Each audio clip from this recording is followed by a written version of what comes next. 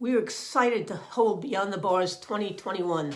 We faced the challenges of creating a virtual conference, then of postponing the conference because of supporting the graduate students workers union at Columbia University, and then having to completely reorganize the days that it is being presented. But it's happening.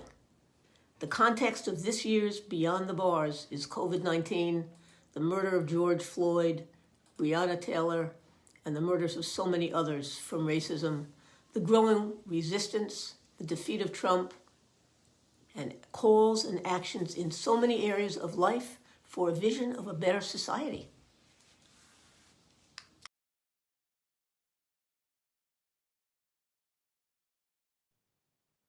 Hey y'all, and keeping with our theme towards freedom, we're now going to have a lively discussion around uprooting violence with Danielle Sered, Sonya Shah, Jose Saldana, Anthonine Pierre, with remarks from Keeanga-Yamahtta Taylor, and a powerful performance by Aja Monet.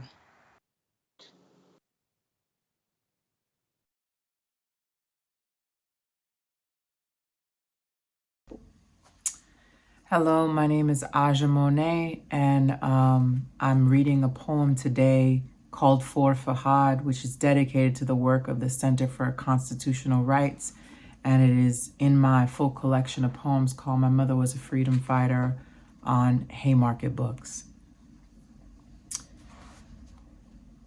When you and I were young, we believed in the sanctuary of peace. I wake sweating, strangled by a nightmare. My America begins the day chewing on my cry. I am 33 and have never killed a man, but I know the face of death as if heirloom. My country memorizes murder as lullaby. We spoon feed poison labeled patriotism from young. The nation grows fat on fury, full on healthy hatred. We are bloody light, and though the bullet never touched me, I hold it still between my teeth and spit bodies off my tongue. I confess.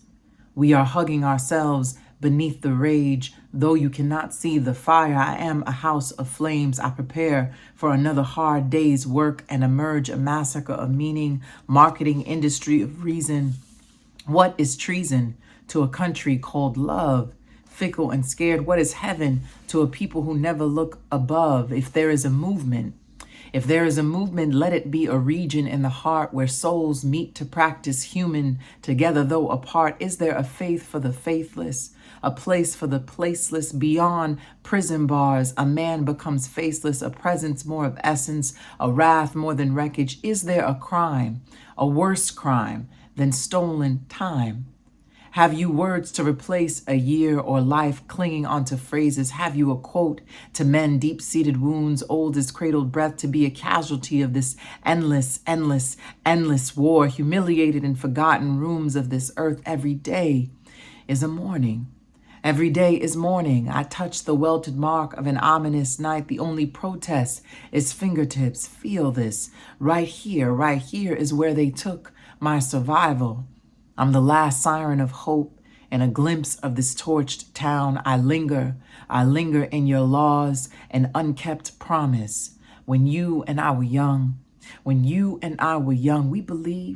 we believed in the sanctuary of peace, and we are old now. I am gray, wrinkled by the pain. I drag my body because there are other bodies on my shoulders. Some cry, others laugh. We mumble stories of remembered paths. Have we not learned? You can try to kill a man, but you cannot kill the love people have for him. And through this shred of silent seed, we grow above all the greed. There are roaches, there are creatures, there are critters, there are secrets that know freedom better than a detainee in Guantanamo Bay, and there's an underworld of human oaths. A man hums in the horror. His voice swarms the silence, lamenting for fought breath, the body, a battlefield. He angers for memory of something before, a lost son, a gone father, a left brother, an old friend. I am a woman watching my country make enemies of God. They'd sacrifice the sunrise for a million lies if they could. There are lives beyond the diversion of eyes. His name is son, his brother, his father. There is a village where names go to wander. When you and I were young, when you and I were young, we believed in the sanctuary of peace. They should have told us it was war. Thank you.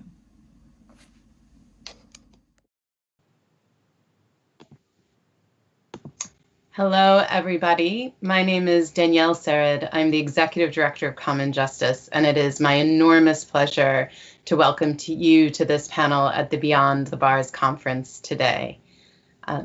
Joining us are some really extraordinary thinkers in our field and movement who together today will be having a conversation about violence, about what causes it, what stands to end it, and how that all relates to our movement to end mass incarceration. With us today are Sonya Shah, Jose Hamza Saldana, Anthonine Pierre, and remotely Keeanga-Yamahtta Taylor, who couldn't be with us today, but we've invited her to offer a pre-recorded section to help frame this conversation for us all. So we'll begin today with Keeanga's contribution and then come back to these extraordinary panelists.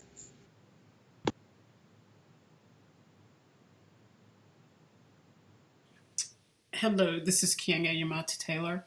I'm sorry I can't be with people in person, but I did want to offer some comments about what I think is the wider context within which we should be having this discussion about crime and punishment and really the transformation of the conditions that give rise to both crime and punishment.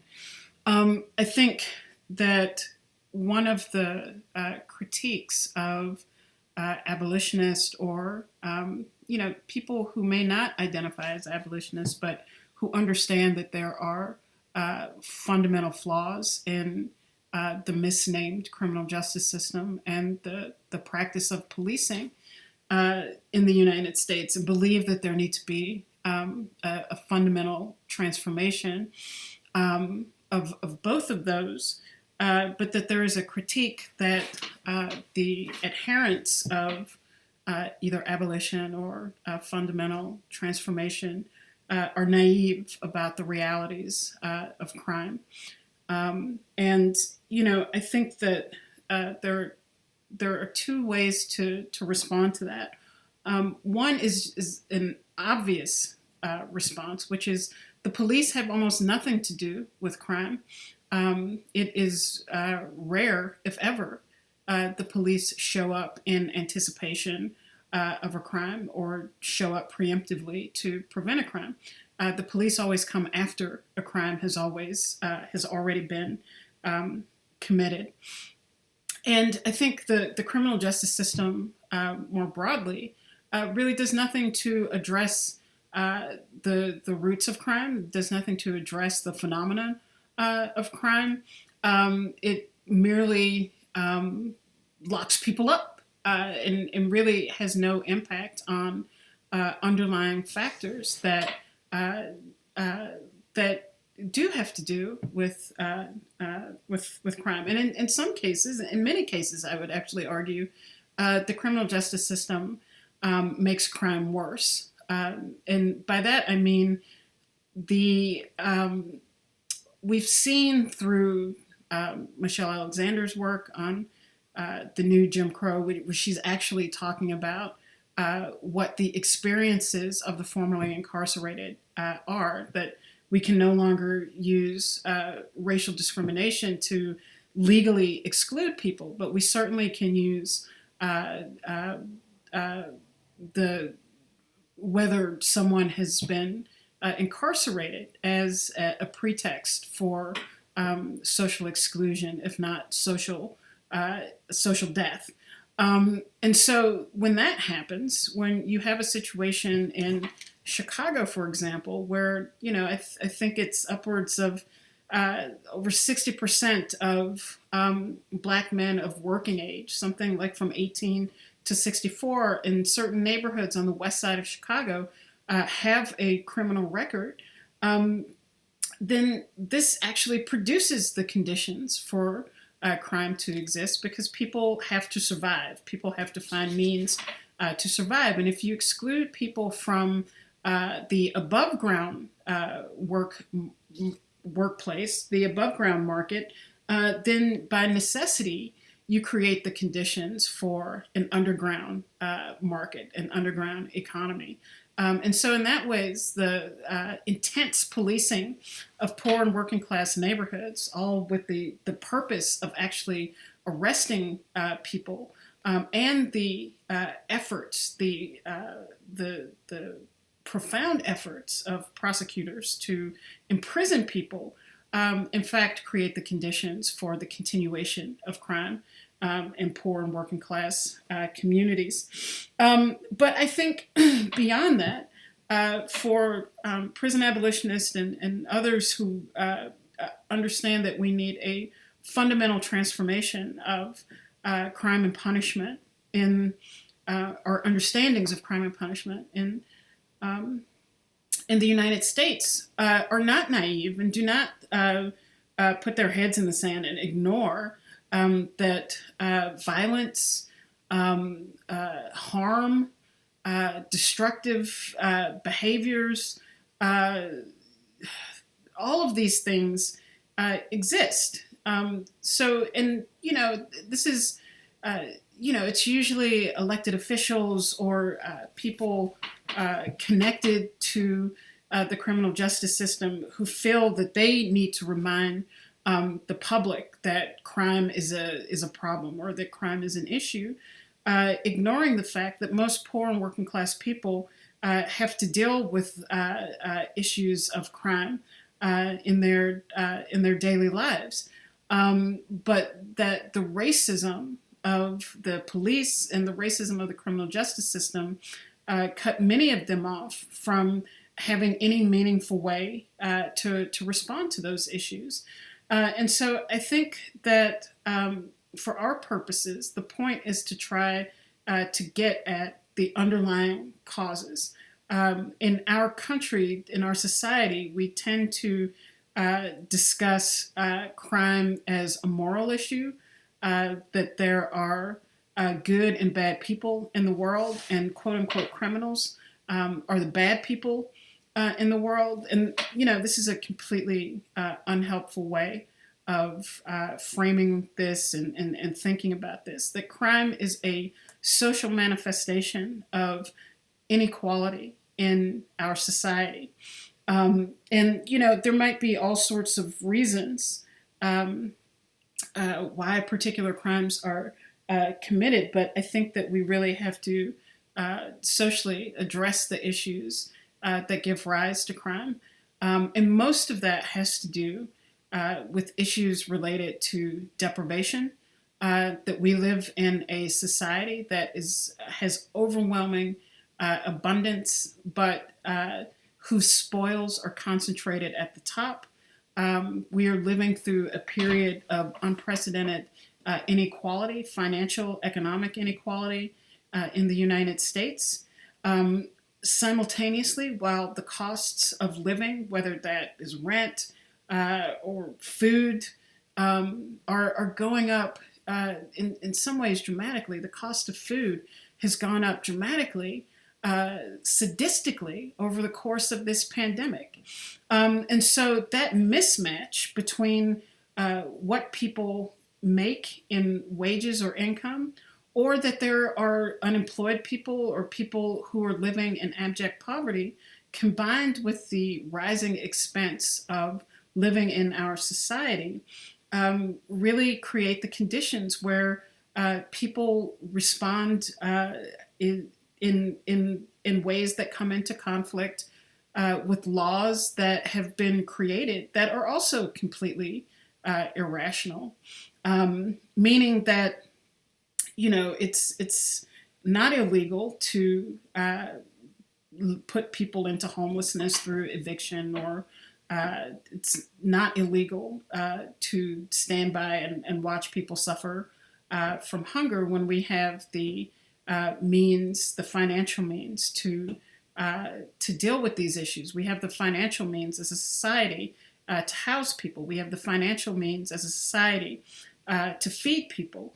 And, we don't do that. And that's not illegal. But if you go squat in or occupy some structure where no one is living in it, that's considered trespassing. Or if you shoplift food, because you need that, or someone who needs that, that's considered to be theft. So some of this has to do with how the law functions and operates in the first place. But there is a reality that, sometimes in working class and poor communities, it's not that you're stealing from a grocery store or some other conglomerate, but that you're, as a function of segregation, as a function of how people cohabitate in buildings and neighborhoods, that you're robbing people who don't have it to give either. And that, that's a function of deprivation in our society. I think that beyond the questions of deprivation are how people cope with the alienation, the frustration, really the madness that is imposed upon us by living under those types of conditions. And that, has to do with part of how we can understand interpersonal violence, domestic violence in some cases. And we have to have means to deal with that, both materially. Many of these frustrations are rooted in deprivation. They're rooted in an inability to make up that mismatch between what is necessary to live and what is available. But they can also be rooted in sexism and homophobia and transphobia. And so we also have to have the means to deal with oppression as it expresses itself in that way. But I think for those of us who are fundamentally trying to transform these systems, none of the methods available to us address these underlying issues. Arrest, incarceration, throwing away the key, leaving people in prison for any period of time, leaving people in jail for any period of time is destructive. It doesn't address the underlying issues. And in the case of public officials, who in the rare occasions that they are arrested or incarcerated, it's even more harmful because it gives the impression that something is being done. It gives the impression that this is progress, or this is what reform looks like. And none of the underlying conditions that have given rise to what created the context for a particular crime to be committed in the first place have ever been addressed. And so part of our discussion has to be, how do we get at the root of issues of crime, issues of harm, issues of conflict in our society? How do we get to a point where we can actually address those and move away from what I think many people have just come to see as the catharsis of punishment, but without actually addressing any underlying issues. And maybe that is because people have been conditioned to think in our society that is the best that you can hope for, is the catharsis of punishment, but without actually attending to the underlying factors. We have been reduced to expecting that, and not the change that is necessary to transform our conditions and to transform ourselves.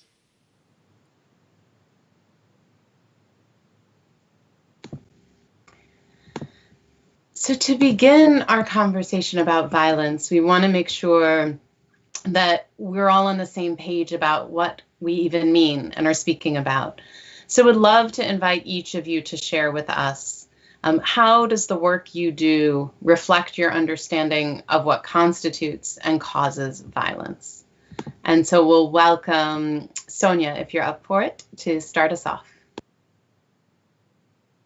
Hi, everyone. I was secretly cursing and hoping that I wasn't going to be first because I would love to hear from Jose, Hamza, and Antonine, but I can definitely start. I think the most important thing, I think, in any conversation of violence is to understand its complexity, that it's multivarious, and that it is at all levels.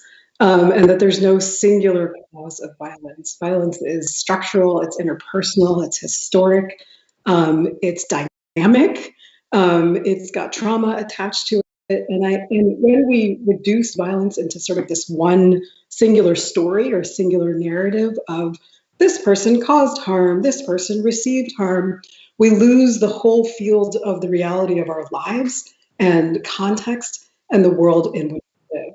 So if every situation, whether it's a war, whether it's slavery, or whether it's one person doing harm to another, is really understood in the context of all the other factors, who's involved, what countries were involved, what history was involved, what happened, I think we have a much better pathway to understanding contextually and situationally what to do about it. I think one of the biggest problems we have, in like restorative justice land, or this idea of restorative justice or transformative justice, is sort of this singularity piece, that it's not connected to a bigger story. And I think that what we always have to do is connect these violences to the bigger story, and place it in that context. Beautiful. Thank you so much. And let's transition now to Anthonine. And if you can also address, how does the work you do reflect your understanding of what constitutes and causes violence? Yeah, I mean, Sonya, thank you for opening. I think you did great. and for really broadening the scope in terms of what we mean when we say violence. I think that in our current society, we often think of violence in terms of what do people do to each other, right? Like if I steal your car, what is the violence that's caused by that? You may not be able to go to work. You may not be able to pick up your kids from school or take them to doctor's appointments. And the work that we do at the Brooklyn Movement Center really pauses to say, well, like before we even get into interpersonal violence, like what is the structural violence that is happening? In the place that we work, which is Central Brooklyn, Bed-Stuy, and Crown Heights, are people actively and accurately set up to get what they need to have really positive futures? Do they have access to food? Do they have access to housing, like affordable housing and safe housing? Even before we get to interpersonal violence, because I know we're going to talk a lot more about that. But when we talk about the structural violence of social injustice, it creates a particular fishbowl, a particular situation where people feel like their very lives are threatened, even though there isn't anyone pointing a gun at them. Thank you so much. And Jose, bringing it to you, if you can share with us how the work you do reflects your understanding of what constitutes and causes violence. Yes, thank you. I'm so happy to be here amongst beautiful people. At RAP, first let me just say that we live in a society that almost permanently or perpetually punishes violent behavior, but it does so in a vacuum. It doesn't do anything whatsoever to address the environmental, the social, economic, and political conditions that may have contributed to violent behavior. And in fact, we know that it has. America was founded on a very violent history. The annihilation of indigenous people, enslavement of African people, the violent deprivation of people of color's basic human rights and civic rights. But it does nothing to address the conditions that we have inherited today. RAP was founded to end mass incarceration, or the racist systemic system that promotes mass incarceration, and targets people of color and exposes the inhumanity and injustice of perpetual or permanent punishment. Thank you all so much. So you all feel we are off to a strong start here. And moving in this conversation toward the things we think about as to how we should be addressing violence if it is not mass incarceration, would invite each of you to share, given your understanding of violence, what do you see as the most effective ways to address it? And whoever wants to can jump in first.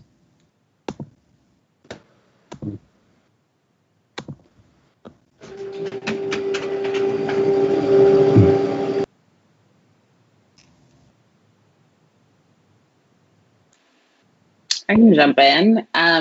So when we think about addressing violence, I mean, we first need to start with who's actually doing the harm, right? Like, I think what Jose really lays out is that we can't just address the actual violence that's happening. We need to address the container. What are the conditions people are dealing with, right? Like, we don't believe that human beings are inherently violent creatures, right? Like, we're socialized towards violence, and we're socialized towards violence in a way that actually makes it very difficult to understand like what the causes are. So when we think about, okay, like, how do we actually get into this? We start with who's doing harm, why are they doing harm, right? Like, what beyond this particular moment has caused harm to happen? And then how do we address this harm, right? And addressing the harm means that we need to look at everyone who's been harmed. I mean, people who do harm also do harm. So it is about recognizing that we're not talking about a binary. It's not, to go back to the example of stealing someone's car. If I steal someone's car, I may be stealing someone's car because I don't have a job, and stealing the car and selling it is a way for me to get money to feed my family, for example, right? So if we only address the part where I steal the car, but we don't address the part where I can't feed my family, then we're only speaking about the interpersonal violence and not like structurally what's happening. And then, as we start to talk about and diagnose, really like have the analysis of what is actually happening, we also need to think about, well, as we hold folks accountable, what does the accountability look like? Who's in charge of what that accountability is? So if I get arrested for stealing this car and I get prosecuted, but then the person whose car I stole doesn't ultimately get any money, they don't get the car back, right? Like, there's no restitution, then can we call the accountability just? And I think that what we deal with in our society right now is that the accountability that we're served is not really a just accountability. It's an accountability that's less targeted at repairing and transferring from harm. And it's accountability that really is a proxy for slavery in this country, right? A way of targeting Black folks, a way of targeting non-Black people of color, a way of targeting Indigenous folks and disabled folks and queer folks and people who the society says, like, if you do harm, you're disposable, right? Like, if cisgendered, straight, white men who have lots of money do harm, we need them in this society. They're our leaders, right? And so much of our work is how do we reorganize and how do we reshift how we think about leadership in this society to say that we actually need everyone to be a leader. And that means that the value of someone, what they contribute to society, is not simply being there or being the subject of a music video, right? Or being, creating culture on Twitter, that the value that Black folks and other folks who are not in charge of society, the value that we bring means that when we do harm, we keep people, right? Like, we figure out how do we actually make sure that the people who do harm and also the people who have been harmed are transformed, so that in a community, that a community can start to see itself as more than just the recipient of harm and trauma. Thank you so much. Sonya or Jose, do you want to jump in on this? Yes, at RAP, we advocate for people who have been convicted of violent crime, people who have languished in prisons for decades as a result of that conviction. And we do not exclude anybody from parole justice. Because we say that parole justice is racial justice, is human justice. So we have to have a vision of how we are going to deal with things like interpersonal violence. But we fully understand that mass incarceration is a violent agenda. You know, I languished in prison for nearly 4 decades, and I've seen grandfathers, fathers, and sons in prisons across the state of New York. We have generations of people, Black and Latinx people, languishing in prison. This is violence against our communities, it's violence against our families. And this is a monumental problem for us, you know, and we all have to contribute in any way we possibly can to address these issues. But we also have to address the issues that we are responsible for. You know, we can always say that the conditions that we inherited contributed to our behavior. But there comes a point where we have to take responsibility for our actions. You know, I know that I left 4 children out there for nearly 4 decades. They grew up without me. And they suffer terrible harm as a result of that. And as a result of that, the entire family was harmed. I have a responsibility to repair that harm. I have a responsibility to see to it that this type of harm does not visit this family again. And I think that that's where we all can contribute to immediately today in repairing this harm. But it must start with acknowledgement, and I hate to use this terminology, but it fits, you know, our condition.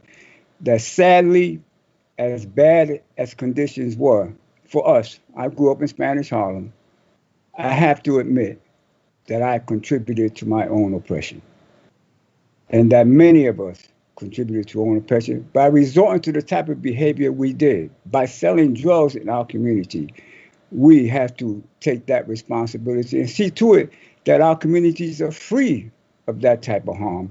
And then maybe we could all unite, form that united front to deal with the bigger problem of stopping systemic racism in our communities. Sonya. Yeah.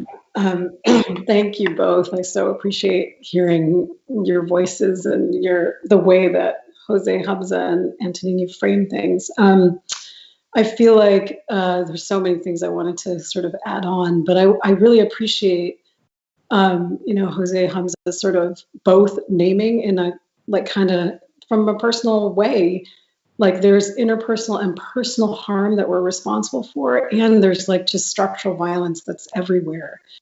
And there's this piece about living in a 200% or 300% or 400% reality and being like non-binary about it. It's all true. It's all true. We could have hurt somebody, that has impact. You know, there's structural things that have hurt us, that has impact. And I think sometimes it's really difficult for our brains and our bodies to hold like all of the things to be true at the same time when we're living in the day to day, and people are reacting to sort of different parts of ourselves. So my partner spent 30 years in prison. His mother he's Native. His mother was stolen off of a reservation, brought into a white family, was abused, then abused him, and at 15, he committed a crime that landed him 30 years in prison. And so there's not a day that goes by where I think he doesn't feel sort of interpersonally accountable for what he did and who is responsible for the history and the legacy of what happened to him. And how do we hold those things without one minimizing the other?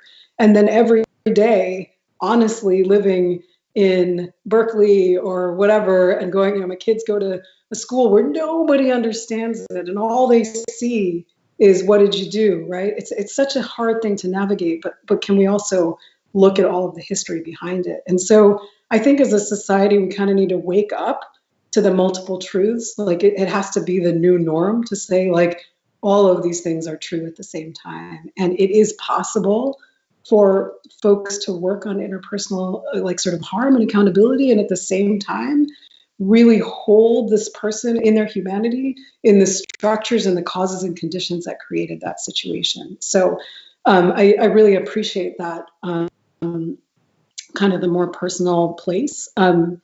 I also want to add that I think it's like we just need all the things, we need all the things. Like when we're talking about ending mass incarceration and we're talking about taking down a whole system that we've created, we need our TJ people and we need our criminal justice. We need big policy. We need big AB 109s and SB blah, blah, blahs. And we need everyone. So we need the domestic violence advocates. We need everyone. We need everyone to be working on it from different angles. And I think together there's this way, it's almost like chipping at something, it's like we all have our little tools and we're kind of chipping at it at different directions. And I think that that's really, really important. While our work in the Ahimsa Collective or in the realm of sort of working in the interpersonal and community realm, I put a lot of my energy and time. I always give like 10 to 20% of my time towards policy work because we need them. We need everyone, and that kind of work needs to be happening. And I think the last thing I'd say that one of the things I've learned kind of working in the more interpersonal realm is, again, to enter it with just a lot of humanity and a lot of love and compassion for kind of everyone involved that is impacted by harm, whether it is directly the people that are responsible, the survivors, the family members.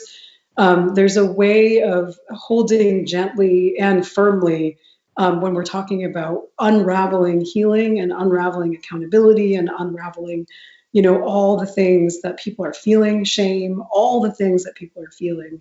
And it's there's no cookie cutter about it. There's no one approach.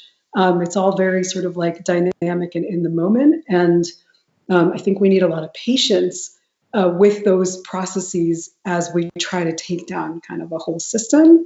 And finally, that can't exist. And I'm back to something Anthonine said, is like, if we don't have safety, like, people kind of need to have a place to live and like water and like food, and to not minimize. We're like, yeah, let's have you focus on the harm. And this person is like going home to no home, and has no food on the table. Like, what are we even talking about when we say that, right? So if we take something like interpersonal harm out of that context, it makes no sense. Would love to come back to you, Anthonine, to dig into this question of addressing structural violence. I want to circle back a little later to the question of what personal responsibility looks like in the structural context. But I think often we just sort of name there's a structural context and then still talk about personal responsibility for the whole time with that as a kind of caveat. And would like to give some space to invite you to share, what does it look like to change that structural context? Like, what does it look like to hold accountable those responsible for that structural context? Like, how do we move those global sets of conditions that I think we all recognize are responsible and generative of violence? Yeah, definitely. Thank you. Yeah, so, one of the ways, or I should say, one of the hugest structural violences that we deal with in Central Brooklyn on a daily basis is police violence. And when I say police violence, I mean, I think people immediately think of someone being killed by police. And I want to broaden out to police violence being the context of the police state. It's being harassed by the cops every other day on your block. It's like being followed by the cops, right? Like, I think that there's a way that even just having the constant, as my niece has, the constant presence of a cop car on your block makes you feel surveilled, makes you feel like you can't move, right? Like, so when we talk about Black liberation in Central Brooklyn, at a very basic level, we are talking about the freedom to really just exist without police. And then, when in thinking about how do we fight against that type of violence, I want to just talk a little bit about some of the work that we've done in Crown Heights, working with the family of Saheed Vassell, who was killed just around 3 years ago, this April. And Saheed was a young man who's 34 years old, and a father in Crown Heights, who was walking down the street at 4 o'clock in the afternoon and was having a mental health crisis and 4 police officers came out and fired 10 gunshots at Saeed, right? And he was killed almost instantly. And I think that, when we went into this neighborhood, and when I say went into this neighborhood, I mean, we didn't have, right, like we were doing events in the neighborhood, but really didn't have the relationships that I think really make organizing real. And as we were building the relationships in this neighborhood, we were organizing marches and protests. We were demanding that the officers be fired. We worked with the family for the whole year of the Attorney General's investigation, trying to decide whether or not police would be fired. And, in this context, in the work that we do, we're talking to Black people who have been living in a police state, who have they have screamed the names of so many other Black people who have been killed by police. And as we say, we're going to get justice, this is the thing we're going to fight for, right? Everyone's got that feeling of, are we going to get justice, right? Is this actually going to happen? What does that justice actually look like? And that, we try not to talk about the fact that Black people don't trust the state, don't believe that the state will give us the justice that we need. So here we are 3 years later, and so many of the structural violences, the social conditions that we talk about still exist. And our work, Bertha Movement Center's commitment to this neighborhood, to this area that Saeed Vassell loves so much, and the people he loves so much, and the people who were his friends all over the neighborhood, is to say that justice for structural violence can sometimes look like creating space and creating ways for people to live, for people to flourish, and that we can do this work now that we can do this work really around how do we create different ways of interacting with each other, right? How do we make it so that young mothers in the neighborhood have access to healthcare, that they have diapers and Similac, right? How do we make it so that the conditions of not being able to access mental health care and being constantly surveilled by the police, how do we make it so that the conditions no longer exist for another Saeed to be created in that neighborhood? And in doing that, we address the fact that people don't feel like they can get justice from the system, but then we create a new kind of justice outside of the system that actually shifts the system through our actions, that is different from, I think, what we're used to, the marching, the protesting, the demanding. But I don't think it's any less powerful. It actually just speaks to what people love about where they live.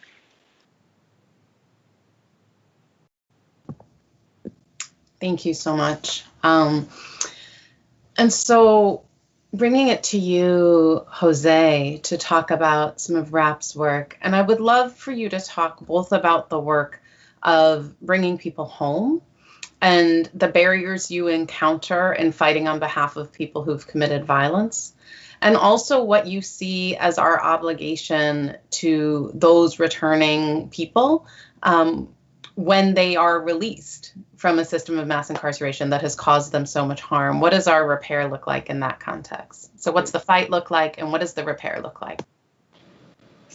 That's what, 3 or 4 questions? Okay, I'll try to remember them. I want to first say that, in New York State, we have the supermajority in both houses. We have a majority leader, Madame Leader Stewart Cousins, a Black woman. Speaker of the House, a Black man. And we have a Democratic government. I mean, I don't know if you could really call them that. But the thing is that we do have, representation in both houses, leadership representation, and that we have to hold these people accountable for addressing some of the systemic racism that dominates not just the criminal legal system, which includes policing, prosecution, and incarceration, but also every institution that impacts our lives. We have to address that. And this is an opportune time.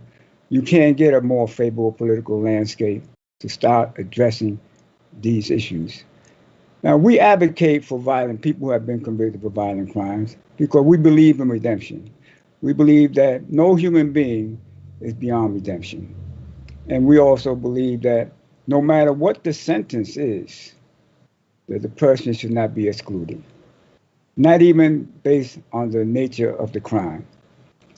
So we advocate for their release at least the possibility of a release. Because I know, and I'm not alone, I mean, we have literally hundreds of elder people in New York State prisons who have been not just mentors, but pioneers in developing the most effective programs that'll help people, if they are given the chance to return back to their family, they return as returning citizens in the truest sense of the term. We always qualify that by saying returning citizens to our home community with a moral obligation to repair harm. And that's what's so critical. For decades, men and women have languished in prison practicing this in every prison that we've been in, practicing these concepts and valuing the humanity of all people, not just people in prison, but valuing the humanity and dignity of all people. And this is a fundamental change from the culture of prison. And I don't want to go into why I say that, but it is a fundamental change for us to value the humanity and dignity of every incarcerated person. And we extend this when we are returned back to our society. Now, the reentry services are not readily available to the extent that they should be. But we collaborate with reentry, the biggest reentry organizations in New York State, so that these men and women, for the most part, they're going to be elderly if they languish in prison for 3 decades or more. They will at least have services available to them. But I'd like to add that if our electors pass these 2 bills that we advocate for, the elder parole bill and the fair and timely parole bill, it will actually save the state hundreds of millions of dollars a year, hundreds of millions of dollars a year that can be used for the necessary reentry services of every incarcerated person returning back to their community, and also be used to provide valuable services that are much needed in our community, as opposed to using this money, hundreds of millions of dollars, to have people languish in prison for decades until they die. Thank you. Sonya, I want to bring it to you, and you've all spoken about this sort of false binary with the notion that there are some people who commit harm and others who are harmed, but would love to invite you to talk from a really survivor-centered place about the ways in which structural violence, the ways in which our central reliance on mass incarceration to address harm impacts survivors. Like, what is the cost of that for survivors in terms of their safety? What is the cost in terms of their healing? What does this look like from the point of view of those who are harmed? Yeah, absolutely. The first thing I would say is, the sense that there's this false notion that there is a survivor, and that pretty much everybody in prison is also a survivor, right?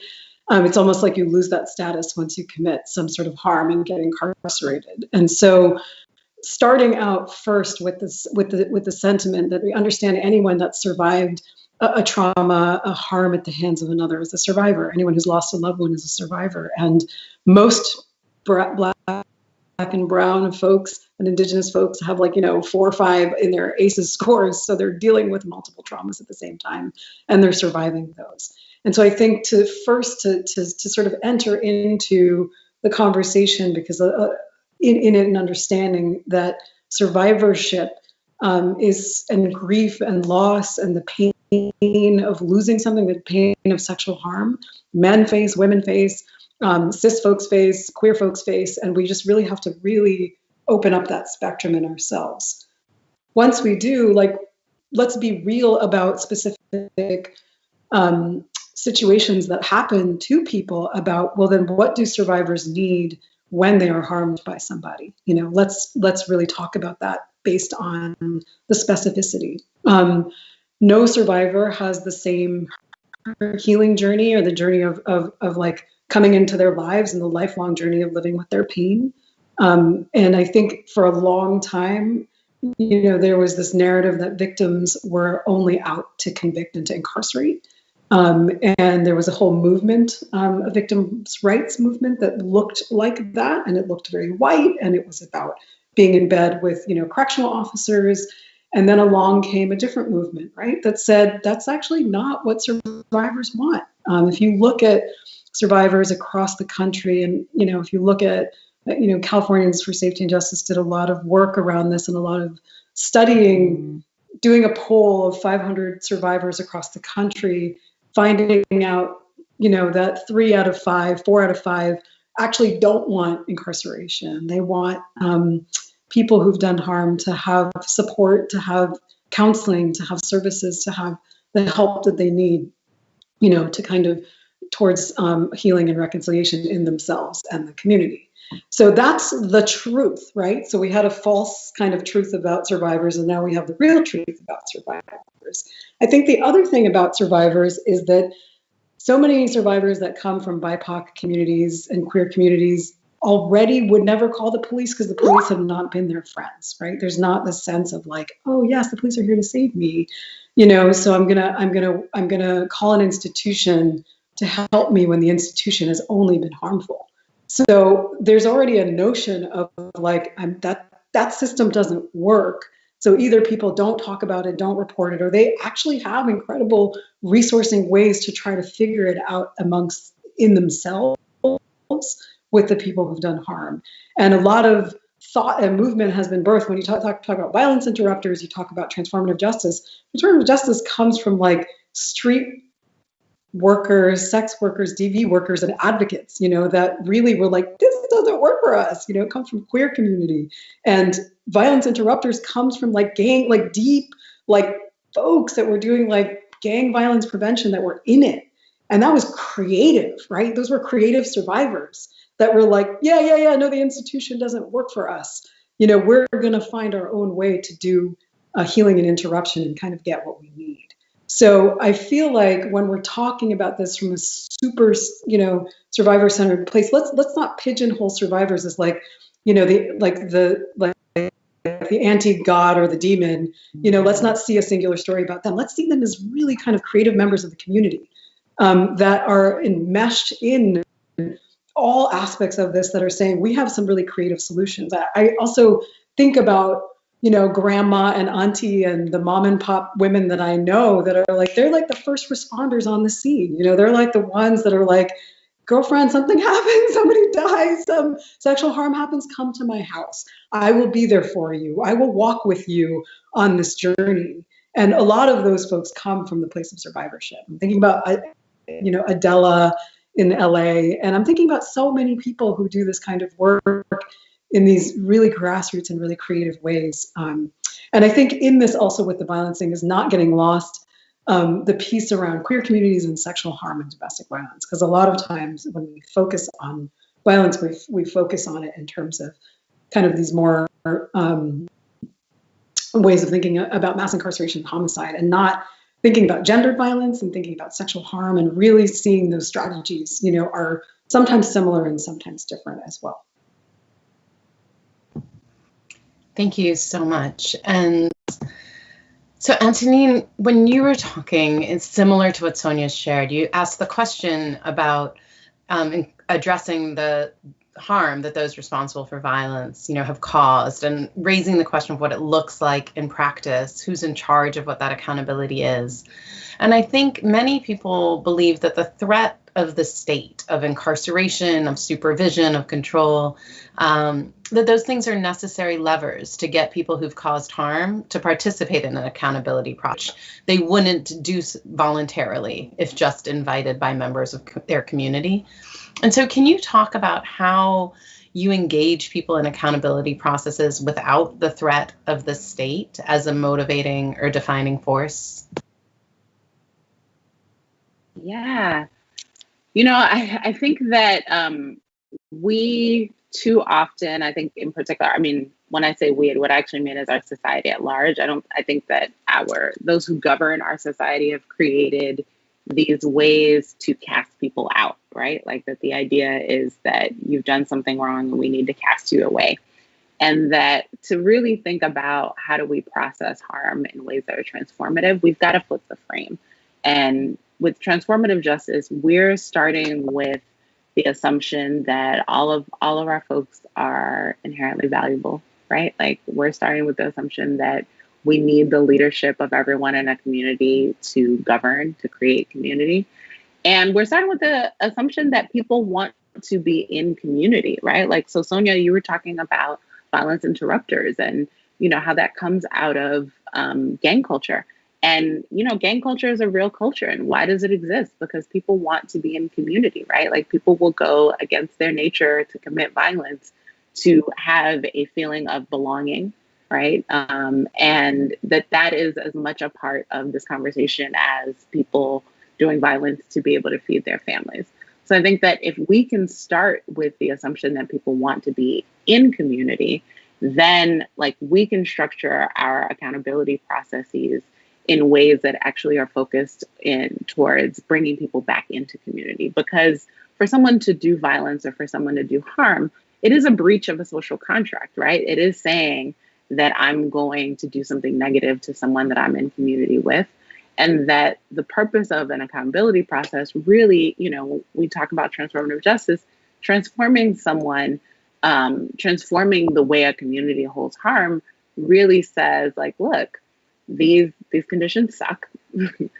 And we want to really make sure that in this process, you become and we become different entities from where we started. Because, you know, harm is a part of humanity, right? Like to do harm is something that we all do when we're in relationship with anyone. But the question is, how can we actually shift what happens as a cause of that harm? How can the harm actually be an impetus for growth and for change? I think that we focus so much on what has happened to us, what we've lost, where we can't go back. And that actually makes it very difficult for us to imagine, to dream, to ideate, to create in the way that Sonya is talking about, to really think of, well, what do we need so that this harm is less likely to happen in the future?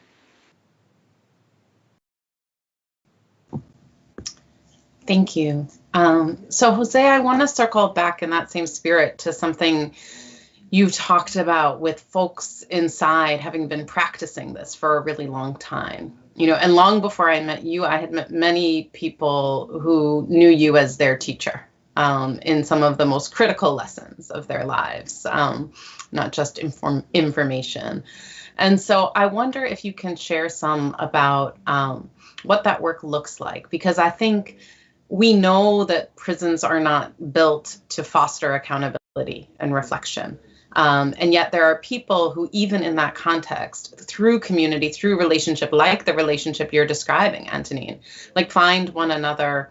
And despite all of the intrusions of incarceration in human well-being, in human development, in human relationship, like still find a way to this reckoning with the harm that has been caused. And I want to, before kicking this, you say, want to be really clear that we don't credit incarceration for those changes, right? Like if someone heroically saves children from a burning house, you don't praise the fire for it, even if like what came out of it was a living child. It doesn't mean there isn't praise to be given, but it's not due to the fire. And so in a context that is built to diminish humanity, in a context that is built to interrupt our natural capacity for empathy, people who even in that context are able to develop it, I certainly believe are some of our most important teachers of what it looks like to build that human muscle, regardless of what might diminish it. So can you share some, like what that labor looked like, you know, concretely? Like how did people do this work together? How did people practice it? And then what are the lessons from that?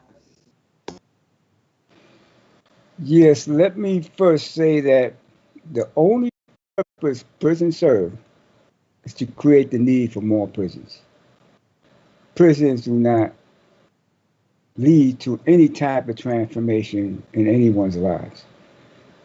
The only program that may be deemed somewhat rehabilitative is the college program that is offered in New York State prisons, but it is only offered to less than 1% of the prison population. The only valuable program is offered to less than 1%. And We've seen during the years of imprisonment the brutality of the system that went unchecked. I mean, it literally dozens of men stomped to death, just beaten to death, kicked to death, you know, with the sticks, just beaten to death with no accountability whatsoever. And yet, sometimes we promote the same type of brutality among each other. We had to address that. And we did it in a unique way. Actually, it wasn't that unique, but we did apply the social principles of restorative justice, but we had to tweak it somewhat. But we had to attach the significance of connecting to history. You know, we have to connect to that history that for most of us we're not familiar with. You know, we've seen a Hollywood version of this history, but we have to really study this history for the brutality that it exhibited. So once we understand and we envision ourselves, I mean, really envision yourself like you're there. We came here and changed. All of us chained to each other. And these chains are still on us. And once we really understand that history, then we could begin. Then we could begin to value each other as human beings, as someone who's in the same predicament, born and raised in the same predicament that we were. But that understanding, that has to develop a unique consciousness, a consciousness that compels us to repair, to heal ourselves. And the only way we can actually heal ourselves, because the truth of it is that some of us have did some harm, but the only way we can heal ourselves is by being a part of a movement that will help uproot this legacy of racism, the beginning of this whole issue. The only way we can heal is by becoming a part of this movement. And this movement became our path to redemption. And this is how from then on, we was able to apply the social principles of restorative justice to our particular situation. And I'll just briefly say that when we say respect discards a lot of the principles, a lot of the values that we picked up along the way. Respect means to actually embrace another person, another human being, for whoever he or she is. See, these things became more meaning, and that we applied these social principles to our unique situations. And we always reminded each other that we came here chained to each other, and we didn't come here as enemies. We became enemies by our response to the racism, systemic racism that we were subjected to.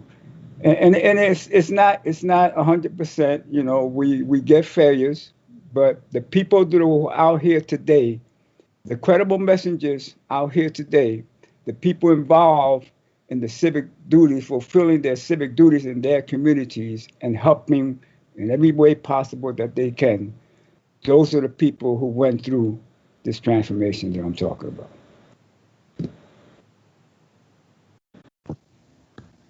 Thank you. And I want to take the direction that you're offering us. And, you know, in this conversation about violence, want to acknowledge that I think all of us on this call, many of us listening, are people who've caused harm and are people who've survived harm.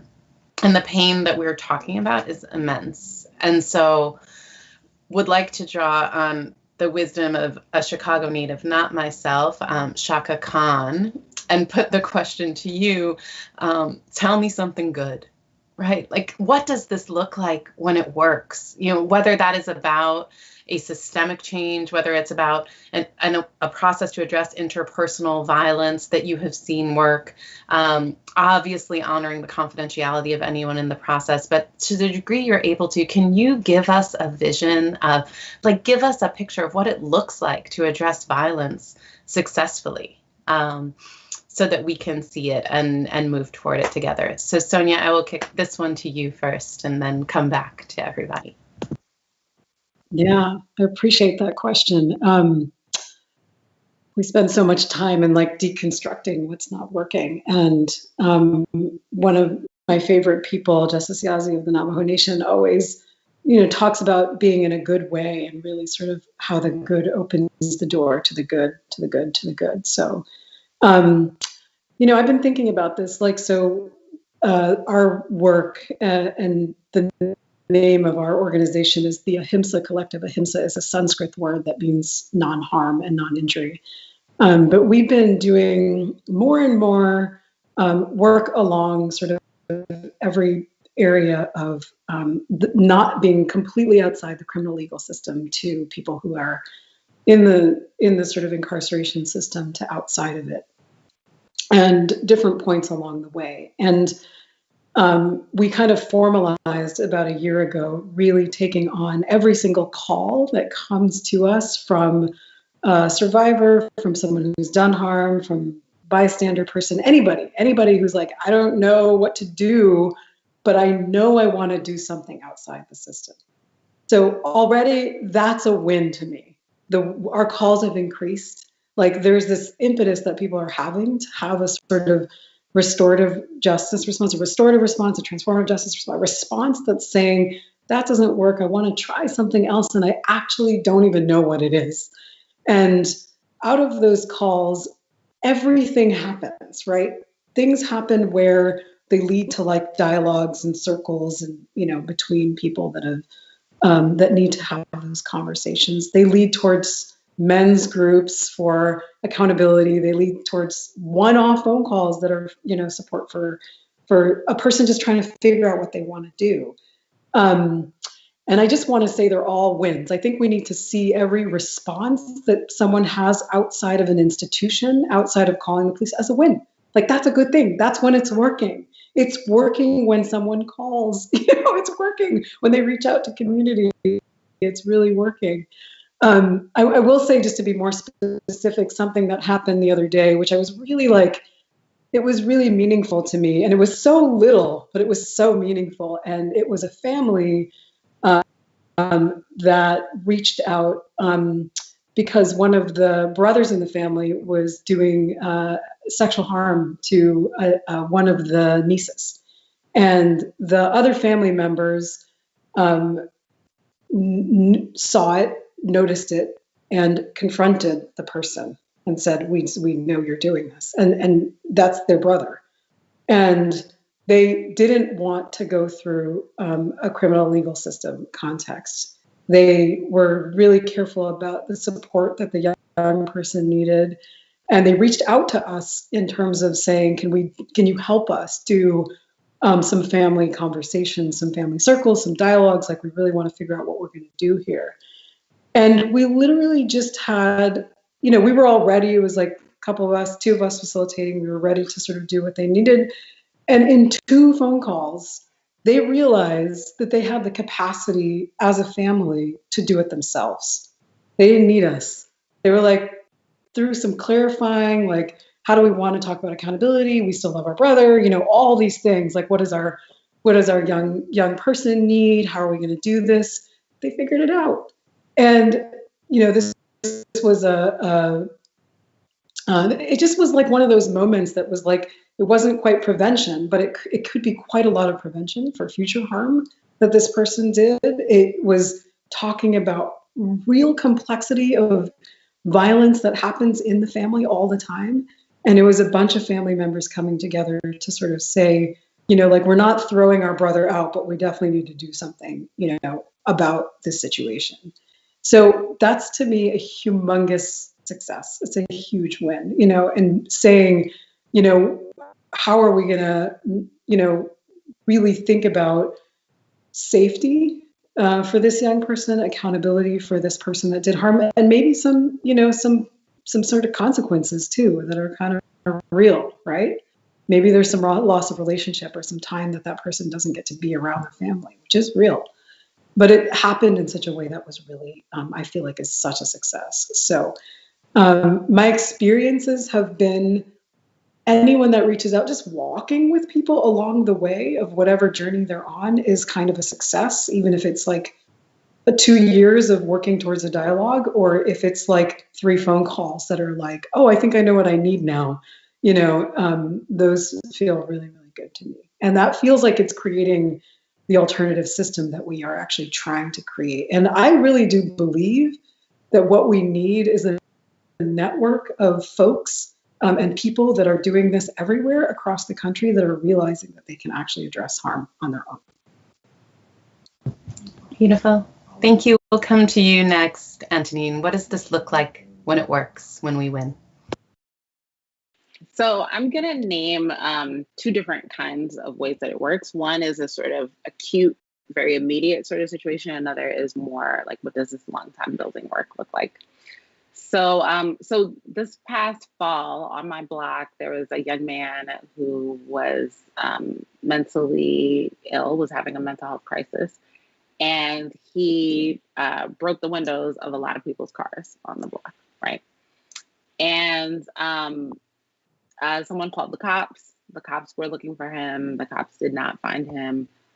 What I believe ultimately happened is that the father of the young man got contact information for everyone whose car window was broken and paid for repairs. And this is like, I mean, I want to say this is like not the best case scenario, but one of the best case scenarios, right? Because we see that people experience harm. Police were not allowed to cause more harm, right? I think there still is a question for me of, is the young man getting the help and the support that he needs? But also his family being in a financial position to be able to be accountable for the harm. I think, again, right, like we're looking at how, like very acutely, this is kind of a win, right? Like no one went to jail, which would have, again, caused more harm. And we want to be able to solve these kind of acute issues of harm, right? Like, and there's there's a very acute impact, right? Like there's a thing that happens and then we have to deal with it, that we can do this in community, that we can do it without police, and that we can figure out what is the accountability that has to happen. Now, very often when we talk about violence, we talk about structural violence, we're actually talking about a culture of violence. We're talking about a lot of people who are impacted by often like a mindset, right? And so some of this work came up at the Brooklyn Movement Center in our anti-street harassment working group. And it was called No Disrespect. And we had, it was led by Black women who were like, street harassment sucks. We want to go out and we want to have conversations. In particular, we want to have conversations with Black folks, with Black gender nonconforming women and men about the violence that's happening. We want to talk to people who experience violence about how they can protect themselves. And we want to talk to people who are doing violence about how they can do it differently, right? Like how they can be in community with us and not disrespect us and not follow us walking down the street and not scream things about our physical appearance, right? And, I think that there were a lot of conversations that we had that were really powerful, right? Like we had conversations with people, and I want to name in this culture of defund and abolition that we would talk to people and we would say, we're trying to solve this problem without police because sometimes they do more harm. And no one was like, please call the cops when someone is hollering at you on the street. So I just want to say that the resistance that we met was often about patriarchy. It was often like, what, like, you don't want me to say hello to you on the street, right? And sort of restructuring, renorming, like, what is the way to actually do this respectfully? And as we are talking about transformative justice and, the many people, the many entities who can be transformed, I do want to name that we get transformed in the process of doing this work, right? Like because we come to work to end white supremacy, it doesn't mean that we don't have internalized white supremacy and internalized patriarchy, right?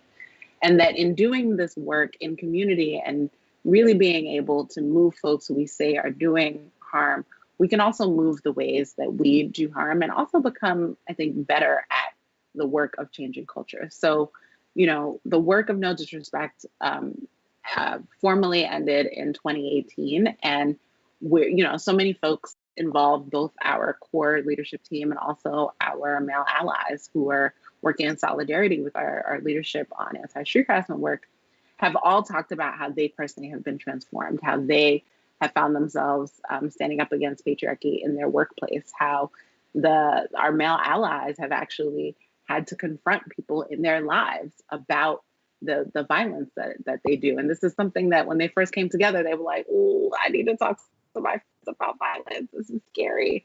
To doing it and becoming familiar, and it becomes a habit and a culture and a lifestyle. And so, when we talk about how we do this over time, I do want to name that, the way that the carceral system creates a lifestyle for us where we want to punish people for doing harm, that transformative justice also, it cultivates a different kind of culture, a different kind of lifestyle. And it requires us to say, the way that we hold each other in community isn't actually supporting community. And we're learning through our own personal work how to hold community more powerfully and how to get the things that we want coming out of an incidence, or not even an incidence, but even just, again, just the fact of living in these cultures of violence. Beautiful. Thank you. Jose, what does this look like when it's good? What does it look like when we win? Right before I was released, maybe just a few months before I was released, I was part of a facilitating crew that facilitated a 6-month course on character and empowerment.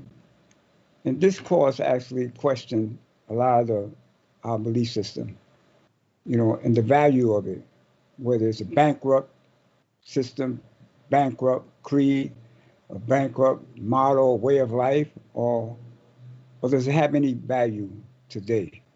Does it have any value for us to continue on this struggle for freedom, justice, and equality in this country? And everything was based on this goal. So naturally, most of the people had to admit that some of the creeds that they live by in the streets and even in prison codes, prison streets, were bankrupt or counterproductive or destructive. So we went through 6 months of questioning our shortcomings, our character shortcomings, questioning our fundamental flaws in our thinking and behavior. And it was very intense. It was very intense, sometimes heated, sometimes very, very emotional. It was a real session. No fakeness about it, no war stories being told. People actually sharing some of the most intimate parts of their lives towards growth, towards empowerment.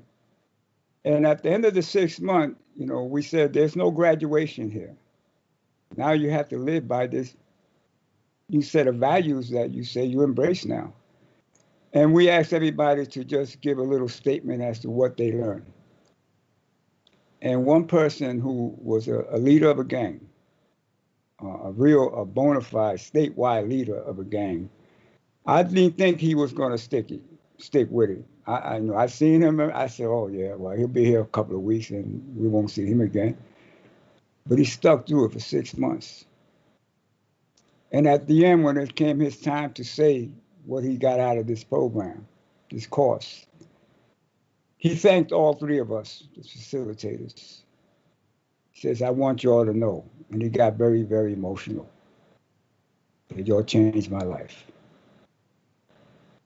And that, to me, is the reward. That we changed a person like him. We changed his life. And hopefully, he'll live on now with a new set of values that will help not only him, but his family and his community. Thank you all so much for this just really deeply moving and deeply inspiring conversation. And I want, as a way of closing out, to invite each of you to share a sort of call to action for the folks who are listening, of whatever shape or size you want that call to be.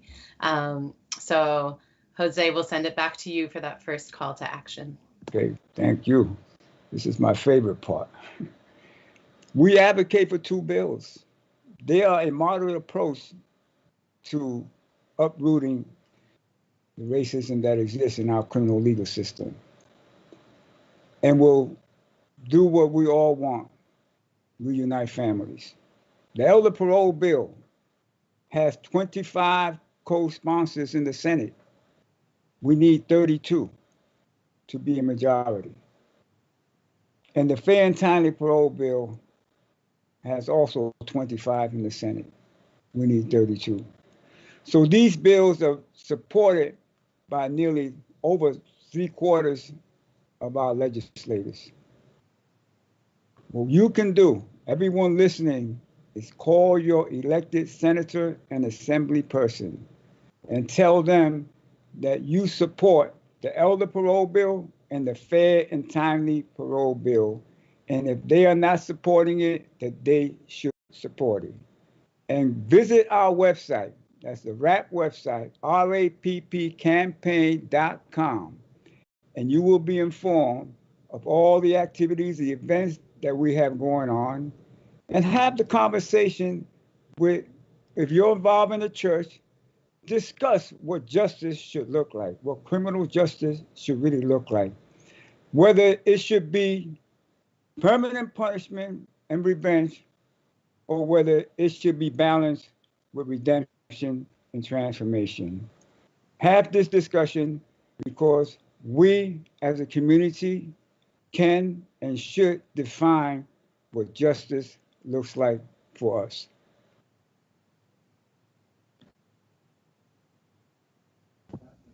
Thank you so much. Sonya, coming to you for your call to action.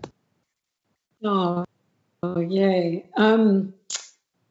Yeah, I was thinking about this, and I know that for me, like thinking about harm and violence and trauma came from a really personal place, as a survivor of child sexual abuse and feeling very lost in my, teens and 20s.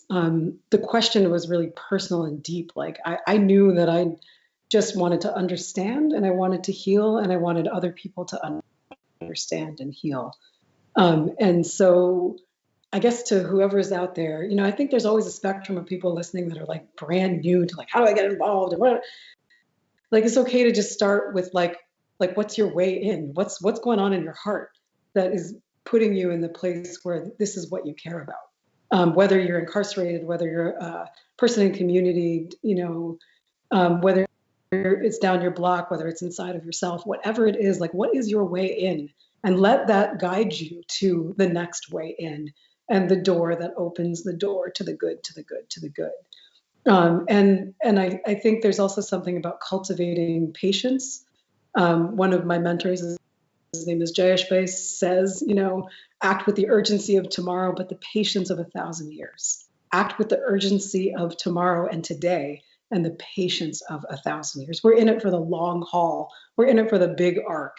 And I think we need to really feel that inside of ourselves. And then I guess finally is just, I remember early on, like I'm going back to like college days and being like, why is there violence? Like I wanted to know, I wanted to understand. I wanted to be like, I understand, and I think some of that kind of colonization piece is to think that there's like, an answer or a treatment or a diagnosis. There is no treatment, diagnosis, or answer. It is so complex, it is so deep. So just really listening to what everybody said here, to really take in the complexity of the depth of you are getting the answer right here. If this is new for you, right? This is the answer. The answer, the response is right here. When you hear stories, when you hear different approaches, when you hear that honors sort of our multivarious perspectives, it honors our diversity, it honors like that we're coming at this from our rooted lived experiences from different places, and that our solutions are sometimes the same and sometimes different, and that we really value that in each other. And not to come at it with, I have a model, I have a way, and this is the way, this is the model, and that's the only thing, because that's colonization. That's actually oppressive. That's oppressive in some ways. So just to be open really, really open to where your heart is taking you. If you're really speaking to people that are kind of in the younger ways, in the younger place, to trust your intuition, to trust your lived experience, to trust that you have a place, and to trust that there are folks that are really out there that want to look after you. And then finally, that we start cultivating some eldership in here too. Like, I have really drawn so much from my elders, and I have really in this decade, I feel like some of that kind of a couple of decades ago was getting kind of lost. And I really want us to have our, work with our elders to for their own healing, and also that we start to create models of eldership where there is so much wisdom of lived experience. Looking at Jose Hamza, he's my elder. He's got the experience and he's got wisdom, and I want to respect that. And so, what does it look like to respect our elders? We talk about our young people. Let's talk about our elders, and I really love them. So that's kind of my takeaway. And I'm so excited. I was just thinking about these gems of these people on this panel. It's just been so beautiful to spend time with you. Thank you. And Anthonine, take us home with your call to action. Thank you. So I'm going to give you all the stock call to action. It's going to be nice. But then I'm also going to give you a call to action specifically for the Beyond the Bars crowd. So, if you love us, of course, give us money. We take the kind that folds, and we also take the kind that jangles, right? And I do want to just name how really important it is to fund this work, and that we talk about this work being a labor of love, and labor costs something. So I just really want to lift that up and name that we really want this work to be well funded, that's Black led, and that's in community.